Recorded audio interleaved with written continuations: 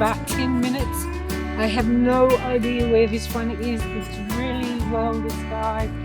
Somewhere in this garden. It is just so well disguised. Somehow, somewhere in this garden, there's one. Yeah. I just can't believe it's not here.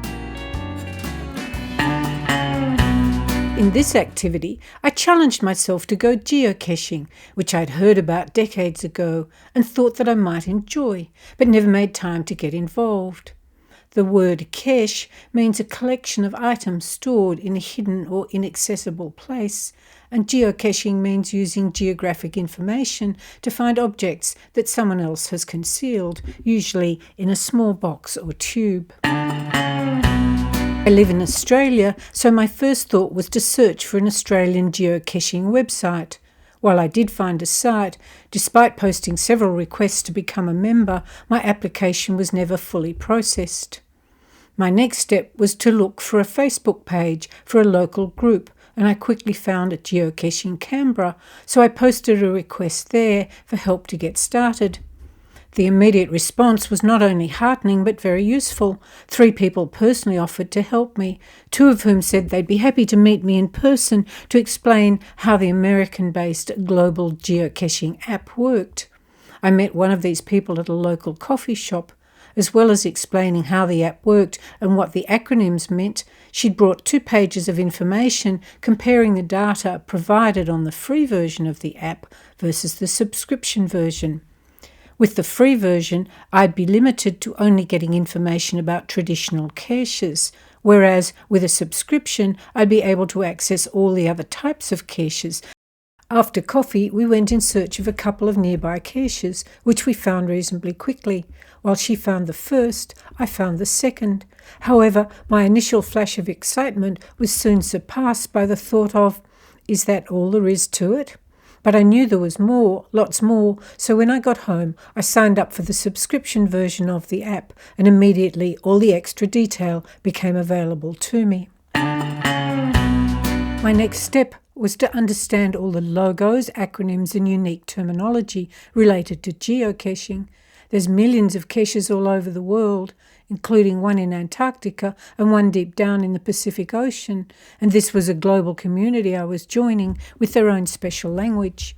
People who search for geocaches are called finders, while people who create and hide a geocache are called placers.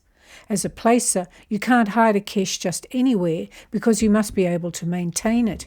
People who are not geocachers and who shouldn't see a cache being discovered are called muggles, and if you are seen by a muggle when you discover a cache, you are said to have been muggled. There's 8 main types of geocaches. The most common is the traditional physical cache, which contains a logbook.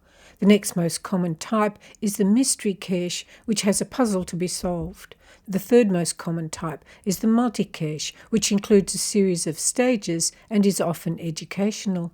The 5 less common types of caches are Where I Go, Letterbox, Virtual, Webcam and Earth caches, plus there's 4 different types of events.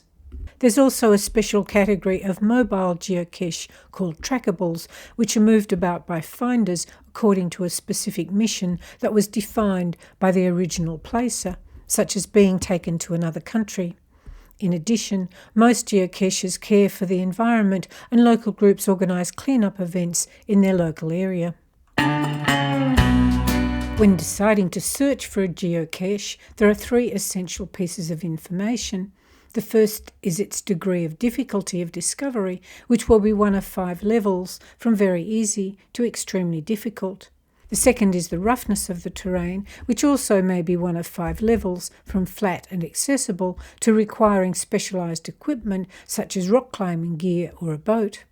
The third is the size of the cache, which also varies through 5 levels, from micro to large, although while caches are never buried in the ground, they can be under a rock, hidden in a crevice, located in dense vegetation, or hung high up in a tree. With the global geocaching map available on a phone map, it is very easy to navigate to a specific cache. When you select a cache to search for, the route from where you are to where it is can be revealed by selecting Navigate. If the cache has a logbook, you sign it with your username and the date, plus you can leave an online message, such as an emoji, comment or photo. Then you tick off your find on the mobile app, after which the logo on the map changes to a yellow smiley face.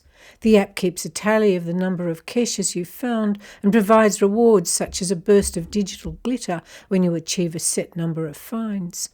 As a finder, it's useful to carry a pen for writing in the log, tweezers for pulling logbooks out of tight tubes, a toothpick to help you roll the log back up again, and gloves for searching ground areas. I wasn't sure at first whether I'd like geocaching, but the challenge of finding a hidden object drew me in.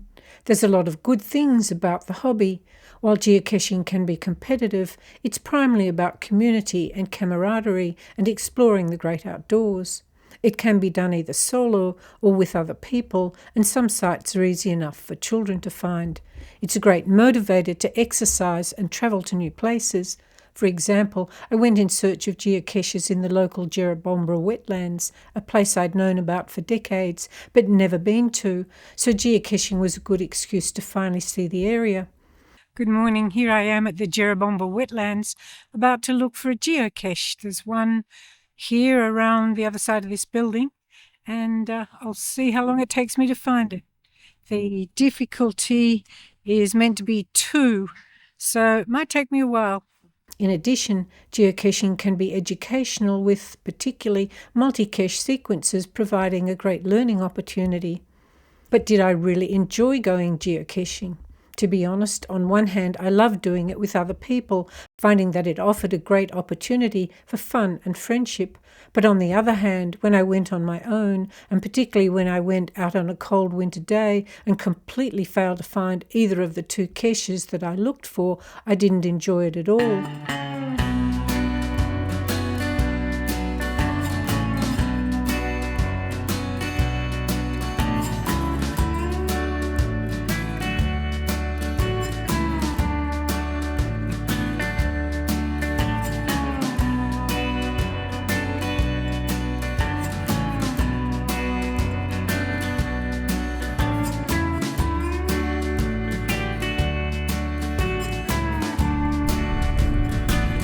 Well, there are a lot of possibilities for it to be hanging in here.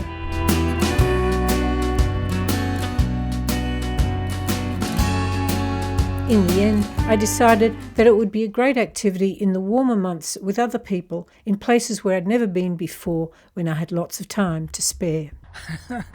Well, I found it. Not going to say where it is.